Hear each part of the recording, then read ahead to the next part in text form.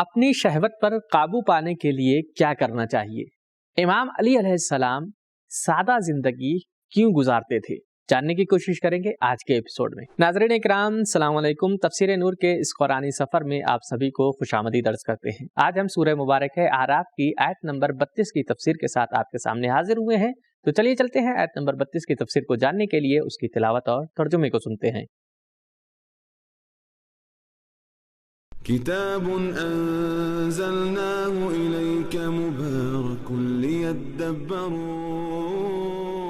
آیاته ولیتذکر اولو الالباب۔ بسم اللہ الرحمن الرحیم۔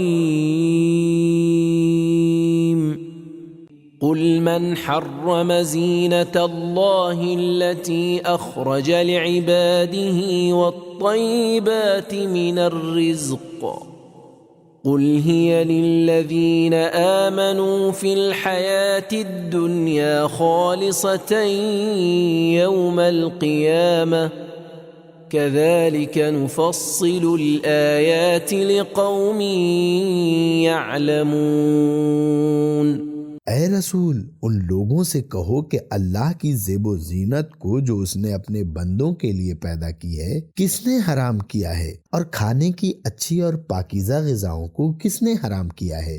وہ تو دراصل ہے ہی اہل ایمان کے لیے، دنیاوی زندگی میں بھی اور خاص کر قیامت کے دن تو خالص انہی کے لیے ہیں۔ اسی طرح ہم اپنی آیتوں کو تفصیل کے ساتھ بیان کرتے ہیں ان لوگوں کے لیے جو علم رکھتے ہیں۔ تو یہ تھی آیت کریمہ کی تلاوت اور اس کا خوبصورت ترجمہ۔ بڑھتے ہیں آیت کریمہ کے نکات کی طرف اور اسے جاننے کی کوشش کرتے ہیں۔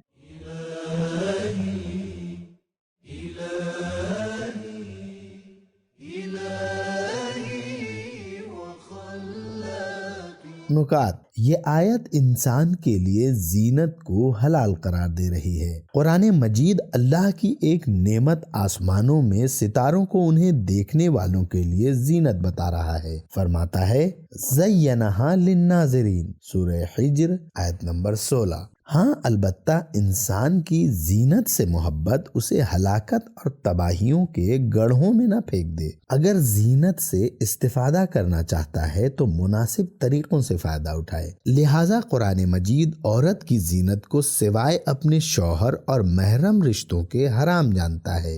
لا یبدین زینتہن الا لبعولتہن، سورہ نور آیت نمبر 31۔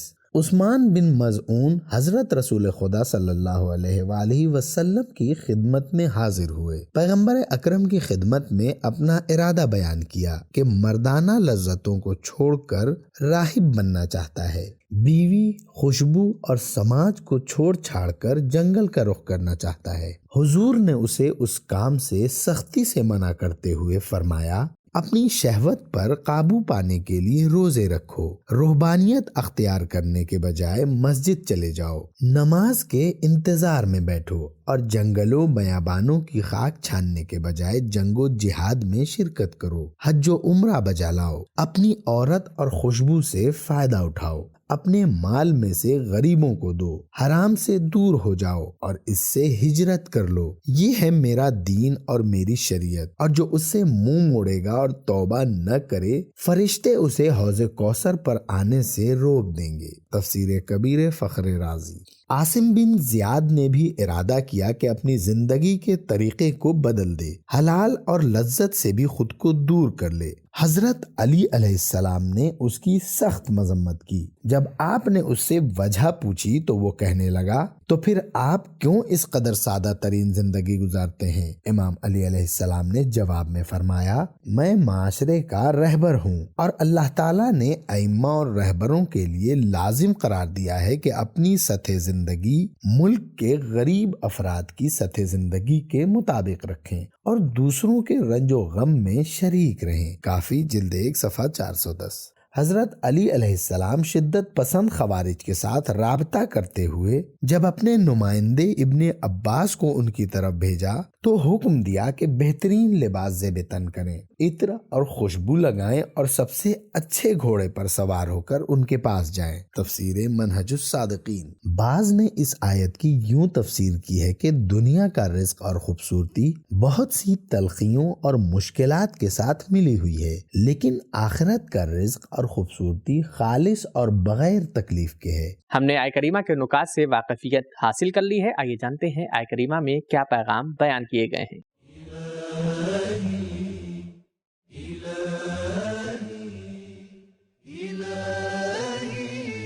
پیغام: پیغمبر بدعتوں کے خلاف مقابلہ کرنے کے ذمہ دار ہیں۔ نمبر 2، اسلام ریاکارانہ زہد، ناجائز رہبانیت اور تقدس نمائی کا مخالف ہے۔ نمبر 3، زینتوں اور خوشبوؤں سے بہرہ مند ہونا اصل میں مباح ہے، مگر یہ کہ ان کے حرام ہونے پر کوئی خاص دلیل ہو۔ نمبر 4، زینت سے مناسب استفادہ اور لوگوں کو اس کی طرف راغب کرنا قابل قدر ہے، کیونکہ زینت اور خوبصورتی کو اللہ تعالیٰ سے نسبت دی گئی ہے۔ نمبر 5، خدا تک پہنچنے کا راستہ یہ نہیں ہے کہ انسان حلال اور پاکیزہ چیزیں بھی ترک کر دے، بلکہ ان کے ذریعے سے گناہوں کا ارتکاب نہ کرے اور قسط و عدل قائم رکھے۔ نمبر 6، دین اسلام فطری تقاضوں پر روک نہیں لگاتا، اسی کے پاس فطری تقاضوں کا صحیح جواب اور جواز موجود ہے، فائدہ مند کو حلال اور نقصان دہ کو ناجائز اور حرام قرار دیتا ہے۔ نمبر 7،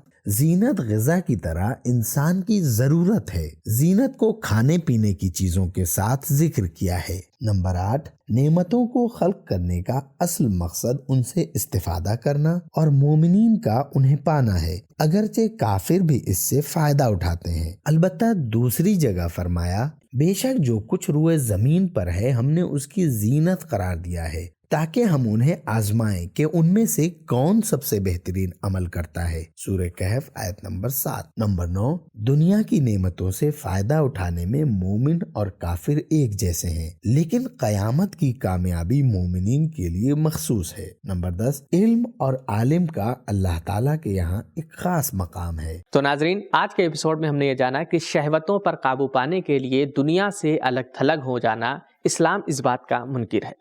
اسلام کہتا ہے کہ اپنی حلال نعمتوں سے فائدہ حاصل کرو، لیکن رسول گرامی اسلام کا فرمان ہے کہ اگر تم اپنی شہوتوں پر قابو پانا چاہتے ہو تو روزہ رکھو۔ امام علی علیہ السلام سادہ زندگی گزارتے تھے کیونکہ وہ قوم کے لیڈر اور رہنما تھے۔ تو اس رمضان سبیل قرآن کے ساتھ قرآن پڑھیں بھی اور سمجھیں بھی۔ ملتے ہیں اگلے ایپیسوڈ میں، تب تک کے لیے شکریہ، خدا حافظ۔